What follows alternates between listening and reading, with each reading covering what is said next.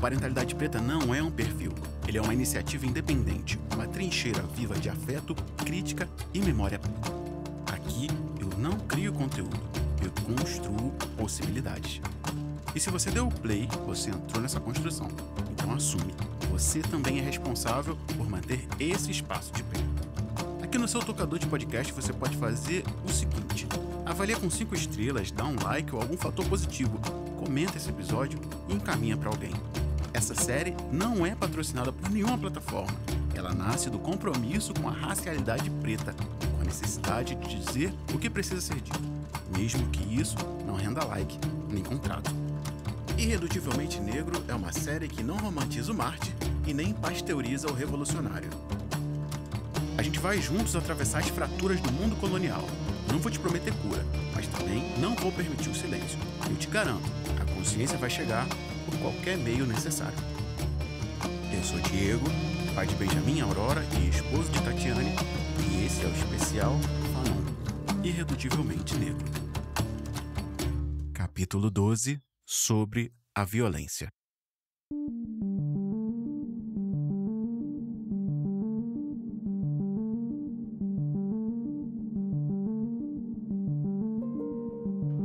O mundo colonizado é um mundo dividido em dois.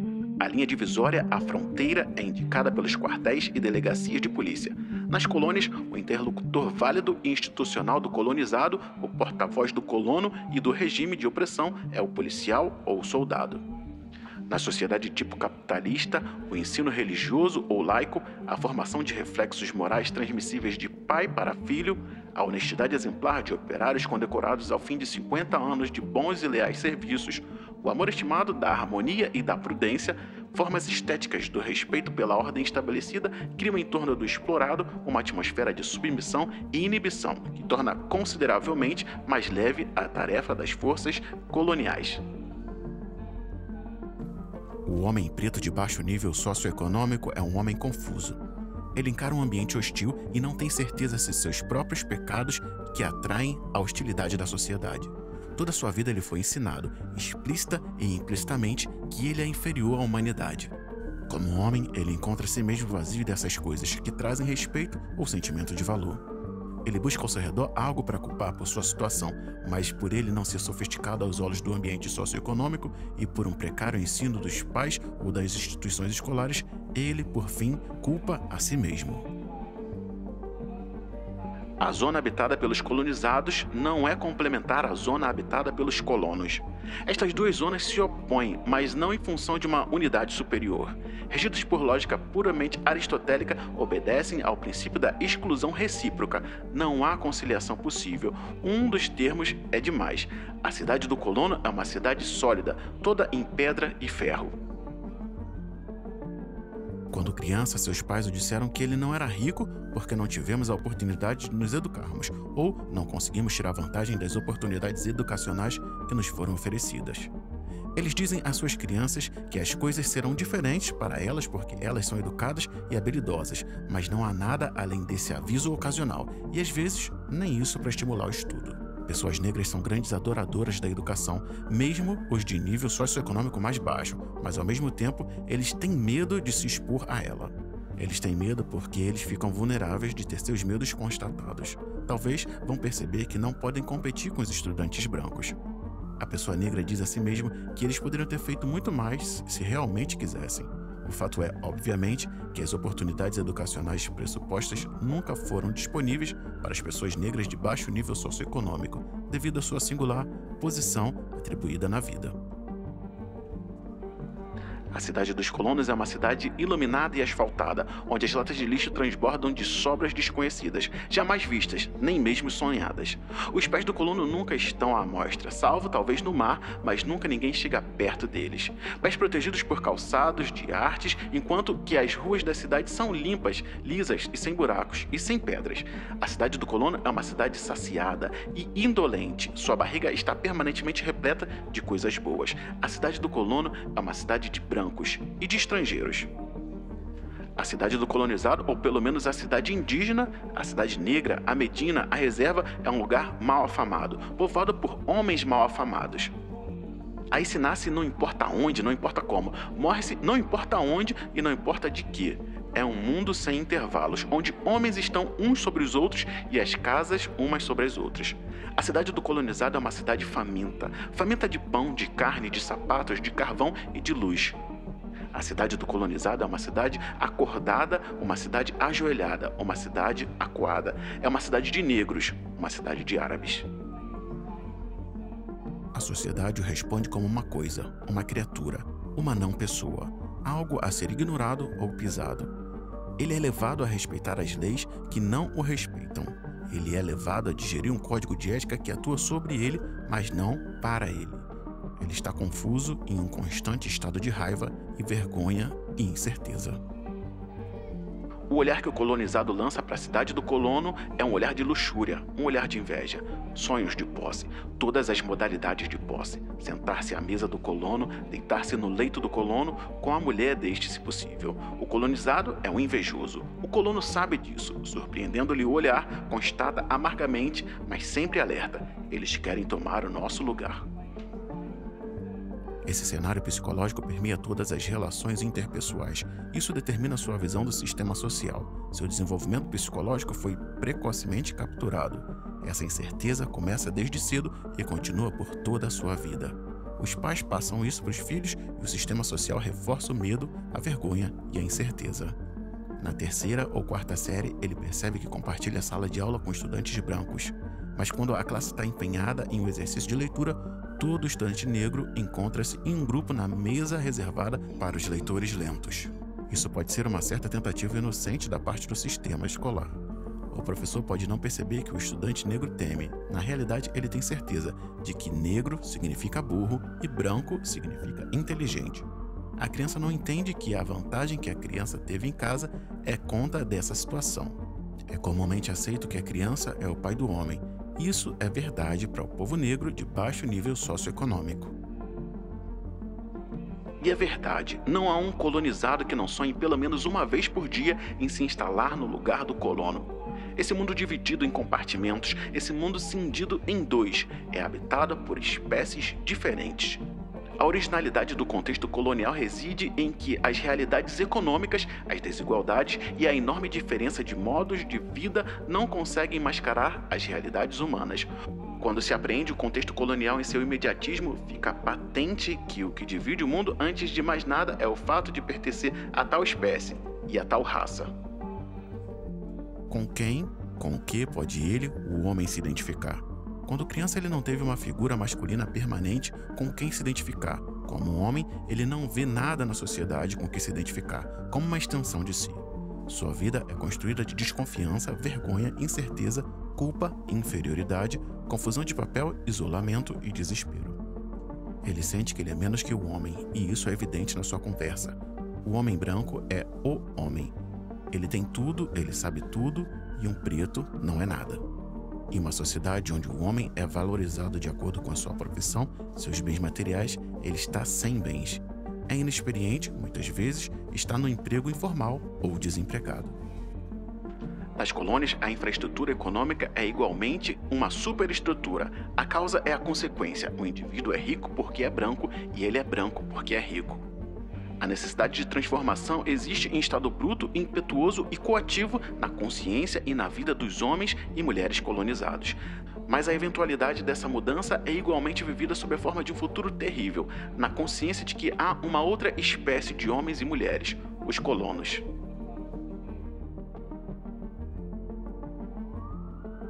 Muitas vezes sua esposa, que consegue um emprego como empregada para pessoas brancas, é quem sustenta a família. Ele é então visto como inútil por sua esposa e crianças. Ele é ineficaz tanto dentro quanto fora de casa. Ele não consegue sustentar ou proteger a família. Ele depende do homem branco, o homem, para sustentar sua família, para ter um emprego, educar suas crianças, servir como um modelo que ele tenta imitar. Ele é dependente e ele odeia o homem. Ele odeia a si mesmo. Quem é ele? Será ele um adolescente muito velho ou um escravo que ele costumava ser? Colono e colonizado são velhos conhecidos, e de fato o colono tem razão quando diz que os conhece. É o colono que fez e continua a fazer o colonizado, o colono que tira sua verdade. isso é, os seus bens do sistema colonial. O mundo colonial é um mundo dividido em compartimentos. Sem dúvida, é supérfluo no plano da descrição lembrar a existência de cidades nativas e cidades europeias, de escolas para nativos e escolas para europeus, como é supérfluo lembrar do apartheid na África do Sul. Entretanto, se penetrarmos na intimidade dessa divisão, obteremos pelo menos o benefício de pôr em evidência algumas linhas de força que ela comporta. Esse enfoque do mundo colonial, do seu arranjo, de sua configuração geográfica, vai permitir-nos delimitar as suas arestas a partir das quais se há de reorganizar a sociedade descolonizada. Nas colônias, a infraestrutura econômica é igualmente uma superestrutura. A causa é a consequência. O indivíduo é rico porque é branco e é branco porque é rico. O que é ele? Será ele um adolescente muito velho, um escravo que costumava ser?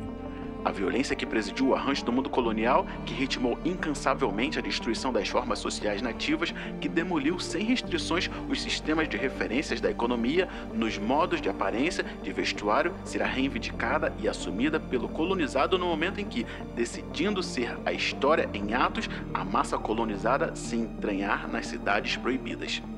Explodir o mundo colonial é, a partir de agora, uma imagem de ação muito clara, muito compreensível e passível de ser retomada por cada um dos indivíduos que formam o povo colonizado. Nas colônias, a infraestrutura econômica é igualmente uma superestrutura. A causa é a consequência. O indivíduo é rico porque é branco. O que ele fez para ser tão preto e melancólico? E é branco porque é rico.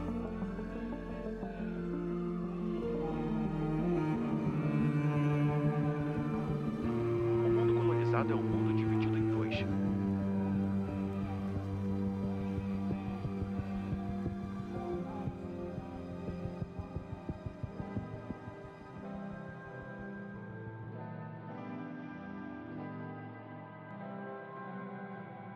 E se você pudesse fazer parte de algo que transforma vidas? Saudações, eu sou Diego, pai, esposo, educador parental, e agora, nesse momento do episódio, eu quero te fazer um convite direto. Participar de um movimento que está redesenhando a parentalidade preta no Brasil. O Parentalidade Preta nasceu da urgência de responder perguntas que muita gente evita. Por exemplo, como quebrar ciclos de racismo dentro de nossas casas, como fortalecer mães e pais pretos sem romantizar a sobrecarga e como educar crianças negras com afeto, dignidade e consciência racial. Se essas perguntas te atravessam é porque você já faz parte disso. E agora é hora de se comprometer com esse futuro. O que a gente está construindo aqui é gigante, mas para que a gente possa seguir, a gente precisa de base, precisa de apoio. Apoiar o Parentalidade Preta é garantir que o podcast continue no ar com a qualidade e com a frequência, que as rodas de conversa se ampliem e cheguem em mais famílias, que a gente siga produzindo conteúdos que acolhem, provocam e libertam, que a gente possa remunerar com dignidade quem tem trabalhado de forma voluntária e que a gente possa caminhar rumo ao nosso sonho, um espaço físico de cuidado e ancestralidade. E você pode se comprometer com isso com o valor de 2 bebidas por mês, quaisquer que sejam elas. É simples, consciente e transformador. Para isso, eu cadastrei uma campanha de financiamento coletivo lá no Apoia-se. O link é o apoia.se/aparenta, que está marcado na descrição desse episódio que você está ouvindo agora. Se faz sentido para você continuar fazendo com que o Parentalidade Preta cresça e mais iniciativas como essa, desse especial e outras trocas aconteçam por aqui, considere apoiar o Parentalidade Preta. O link eu já falei, o apoia.se/aparenta. Basta você clicar no link que está na descrição desse episódio, escolher uma faixa de valor de apoio que caiba no seu bolso, você não vá se enrolar financeiramente, manter isso aqui funcionando e começar agora a investir no futuro do Parentalidade Preta. Bom, e se você já faz parte disso, esse especial só está acontecendo porque você me ajuda a manter tudo isso aqui funcionando. Eu preciso muito te agradecer. Muito obrigado de coração você que já apoia o Parentalidade Preta. Isso tudo aqui acontece para que a sociedade veja a luz em homens escuros. E a gente volta agora com a segunda parte do 12º episódio do nosso especial Frantz Fanon, Irredutivelmente Negro, aqui no Parentalidade Preta. Se o ano 5 da Revolução Argelina era um texto de documentação e contra-propaganda da guerra contra o colonialismo francês, em Os Condenados da Terra, Frantz Fanon escreve um manual derradeiro de entendimento de posicionamento do colono e do colonizado. Esse mundo dividido ao meio traz 2 agentes antagônicos desse processo que é a colonização. Se você está acompanhando esse especial desde o começo, coisa que eu recomendo muito, viu que a gente levou muito tempo para aprofundar nessa construção. A gente começou antes de Fanon, para ser mais preciso, lá com os taínos e os caribes. Mas o que chama mais atenção é que era ainda com a Europa e a França, para ser mais preciso. E aqui tá ela de novo. Hegel nos ensinou que para que existisse um escravo é necessário existir um senhor. Fanon diz que para que exista um povo colonizado é necessário que exista o colono, o colonizador. A ferramenta de sujeição que ele usa é, em várias instâncias, a violência. E é ela própria, como o fogo, que vai purificar essa relação. Como disse Mamadou Ba no site fumaça.pt, abre aspas, o colonialismo é um aparato da morte simbólica e física da humanidade do sujeito colonizado. A descolonização dos espíritos e das práticas ontem e hoje é a assunção de que a permanência da colonialidade é irreconciliável com a vida daqueles que saqueou, subjugou e matou. A morte do colonialismo é, portanto, indispensável à refundação do projeto humano para salvar a humanidade, restituí-la onde ela é negada e defendê-la intransigentemente onde sempre que estiver ameaçada. É disso que fala Fanon quando diz a descolonização é tão simplesmente a substituição de uma espécie de homens por outra espécie de homens. A descolonização é a substituição do sujeito colonizado e colonizador da ideologia da desumanização e da subjugação por um sujeito humano livre. Em suma, a tarefa é tentar pôr de pé um novo homem. E Ba continua. O pensamento de Fanon, por ser uma negação da humanidade do sujeito colonial, é a antítese da resignação ao fardo colonial e ao seu colorário, a racialização. Há pouco tempo, uma declaração minha, diz ele, ativou um sentimento de filiação ao homem branco colonialista, racista e assassino, ao ponto de suscitar grande comoção coletiva no espaço público, o que prova que o imaginário colonial persiste nas nossas sociedades e o fantasma da hierarquia racial o assombra. Prova também que está por cumprir a visão de Fanon, abre aspas, a morte do colonialismo é ao mesmo tempo a morte do colonizado e a morte do colonizador, fecha aspas. O colonialismo não morre tão somente pela libertação política e subjetiva do colonizado se o colonizador não matar em si, política e subjetivamente. Eu não sei se você conhece a música Redemption Song, do Bob Marley. Lá tem uma parte que ele diz assim, abre aspas, emancipem-se da escravidão mental. Ninguém além de nós mesmos pode libertar as nossas mentes. Fecha aspas. O que eu quero construir aqui é um arcabouço para você que me ouve entenda que Os Condenados da Terra representa um manual prático de tudo que Fanon aprendeu desde a mais tenra idade e condensou em uma obra que pudesse servir de manual para qualquer tipo de libertação. Ele, na minha opinião, é essencial para entender como as estruturas raciais, psíquicas, filosóficas, sociais incidem nas pessoas. O livro, Condenados da Terra, que na versão atual de 2022 possui 374 páginas, distribuída em apenas 5 capítulos, mostra a urgência em se registrar o maior número de informações possíveis para munir os povos que buscam a independência no continente africano. Fanon daria de presente a essas nações um manual básico de liberdade. Na minha opinião, o capítulo inicial, cujo trecho intercalado você ouviu na primeira parte desse episódio, é o mais incisivo. Toda vez que eu converso com alguém que não conhece a obra de Frantz Fanon, eu recomendo sempre começar pelo primeiro capítulo desse livro, Condenados da Terra, o capítulo chamado Sobre a Violência, que dá nome a esse episódio.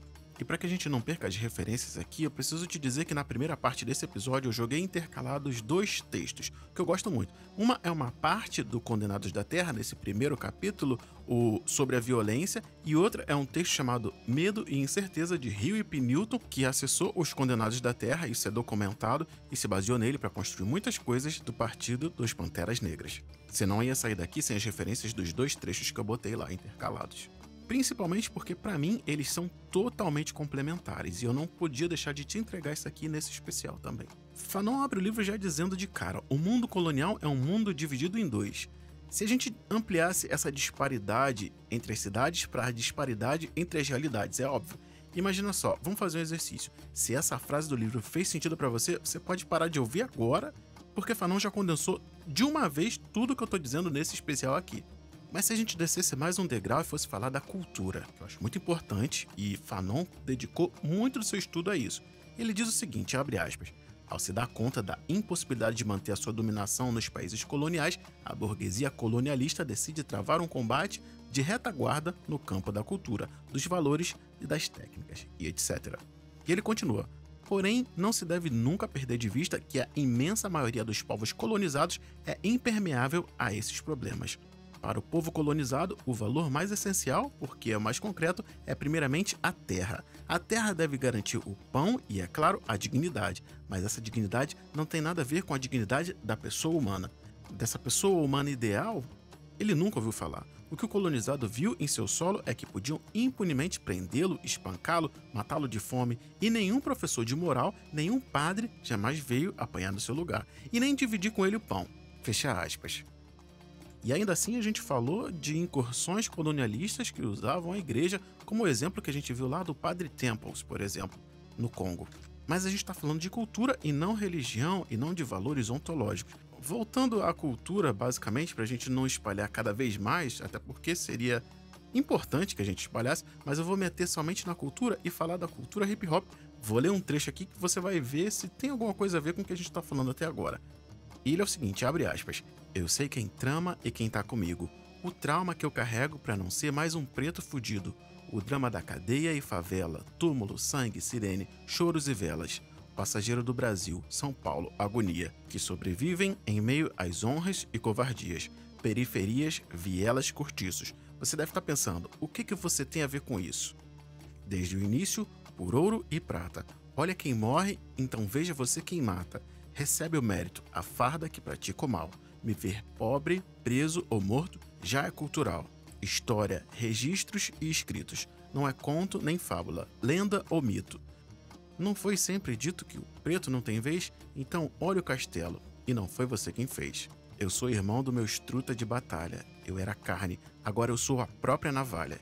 Entre o gatilho e a tempestade. Sempre a provar que eu sou um homem, não um covarde. Que Deus me guarde, pois eu sei que ele não é neutro. Vigia os ricos, mas ama os que vêm do gueto. Eu visto preto, por dentro e por fora. Guerreiro, poeta, entre o tempo e a memória. Eu poderia falar muito sobre essa poesia de negro drama, mas eu vou me reter simplesmente a um ponto. Eu era carne, agora sou a própria navalha. Isso não é a retribuição da violência? Não é entregar de volta o que não é nosso? E para não dizer que eu só vou citar Racionais aqui, eu vou pegar outro trecho do Emicida do Velho Testamento, que diz o seguinte: o tempero do mar foi lágrima de preto, papo reto como esqueletos de outro dialeto, só desafeto, vida de inseto, imundo, indenização, fama de vagabundo. Nação sem teto, Angola, Queto, Congo, Soweto, a cor de Eto'o, maioria nos gueto. Monstro sequestro, capta 3, rapta, violência se adapta, um dia ela volta pro 6. E como disse Bianca Gabriele Gomes da Silva em Francis Fanon e a Violência, nos anais do primeiro seminário de ensino, pesquisa e extensão da pós-graduação de filosofia da Unispar em 2019, abre aspas, a violência do regime colonial e a contra-violência são proporcionais. Equilibram-se numa homogeneidade recíproca e extraordinária, e quanto maior for a sobreexploração metropolitana, maior será a violência acumulada nas mãos do colonizado. A violência se torna uma força de limpeza, liberta o homem colonizado de seu complexo de inferioridade. Fecha aspas. Sobre a violência, na minha opinião, Fanon vai apresentar ao colonizado o processo como um todo, prática, política, filosófica, psíquica e psicanaliticamente. Ele faz de um jeito ou de outro com que você que lê o livro se perceba nesse processo, seja caça ou caçador. Não tem como sair ileso da leitura das primeiras 50 páginas, eu já aviso. Ele explica os processos internos da construção da psique naquele que busca escapar da opressão. Se você não é originário de um país europeu, vai perceber quanto a Europa é indefensável, como diria Césaire, quanto o pensamento eurocêntrico permeia as nossas relações, inclusive. E se você é aquele tipo de pessoa que questiona apenas o patriarcado, vai entender que o buraco é muito, muito mais embaixo. Com os Condenados da Terra, algumas questões com as quais você teve contato em Pele Negra e Máscaras Brancas vão ganhar um contorno social e político. O livro, ele é realmente denso. Eu tenho pra mim que você deve se lembrar lá do episódio 7, A Trindade Profana, onde eu retomei Césaire para falar das 3 instâncias de subjugação do colonizado. A ontológica, com a religião, a psicanalítica, com a crença de que o colonizado espera pela colonização, e a geográfica, que diz que o clima quente gera preguiça, basicamente. Como eu falei aqui, e repito, o antigo mestre Liceu de Fanon escreve o Discurso sobre o Colonialismo e lá ele diz o seguinte: é aqui que está a impressionante unidade disso tudo, a perseverante tentativa burguesa de reduzir os problemas mais humanos a noções confortáveis e vazias. a ideia do complexo de dependência de Manone, a ideia ontológica do Reverendo Temples e a lei da tropicalidade de Gruro. Isso está na página 53 da versão de 2022 em O Discurso sobre o Colonialismo, de Aimé Césaire. E por que eu falei de Césaire? Porque ele já falava sobre isso, sobre os males do colonialismo e de como o colonizado é visto pelo colonizador. Como ele se torna um ser sem ânimo, sem vida, sem vontade. E tudo se resume em dobrar aquele ser. O Discurso sobre o Colonialismo, de Aimé Césaire, é um livro que eu também recomendo que você leia demais, caso não tenha feito ainda. O tema do nosso episódio é violência, que foi de Ana Kaona lá com os taínos até Emicida passando por Racionais, de Manone a Césaire, deixa uma verdade irrefutável. A violência do colonizado é proporcional à do colono. Estudiosos diriam ainda que é apenas autodefesa. E eu concordo. Muita gente vai dizer que Fanon era adepto à violência, mas na minha opinião, eu vou dizer que ele instruiu apenas a devolver o que não era de si, com a mesma força e intensidade, num vetor contrário. Física, basicamente. E para que o exemplo de Frantz Fanon em Os Condenados da Terra não seja reduzido unicamente à violência, a gente vai continuar no próximo episódio.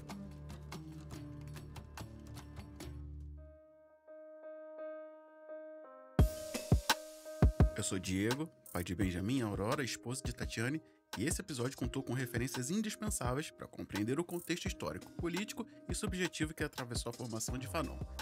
Exatamente aqui, no episódio 12, eu usei as seguintes referências: Os Condenados da Terra, de Frantz Fanon, Medo e Incerteza, de Huey P. Newton, o artigo O Remédio, de Frantz Fanon contra o Racismo, de Mamadou Ba, o Discurso sobre o Colonialismo, de Aimé Césaire, o texto Frantz Fanon e a Violência, de Bianca Gabriele Gomes da Silva, além das músicas Negro Drama, dos Racionais, Boa Esperança, de Emicida e Redemption Song, de Bob Marley. Todos os trechos foram lidos, estudados e roteirizados por mim, Diego Silva. Também fiz a curadoria, a narração, a edição e a finalização desse e dos demais episódios, porque o Parentalidade Preta é uma iniciativa independente, sem apoios de grandes marcas, instituições ou portais de mídia. Se esse conteúdo te atravessou, te ensinou ou te fez pensar de uma maneira diferente, eu te convido a se comprometer com esse trabalho. Com o valor de 2 bebidas por mês, quaisquer que sejam, você apoia a continuação dos episódios, a produção de materiais gratuitos e o fortalecimento de uma comunidade que educa com dignidade, ancestralidade e consciência racial. Na descrição desse episódio eu deixei um link para o post relativo a essa série lá no parentalidadepreta.com e lá você encontra links para comprar os livros que eu estou usando como referência para cá. Se você comprar pelos links que eu disponibilizei lá, eu já ganho uma comissão deles e você me ajuda de maneira espontânea, não vai ter nenhum custo adicional. O link para a campanha de financiamento coletivo e para acessar os links dos livros estão aqui na descrição do episódio e a partir deles você consegue acessar tudo que eu te referenciei aqui, beleza? Então a gente se vê na próxima.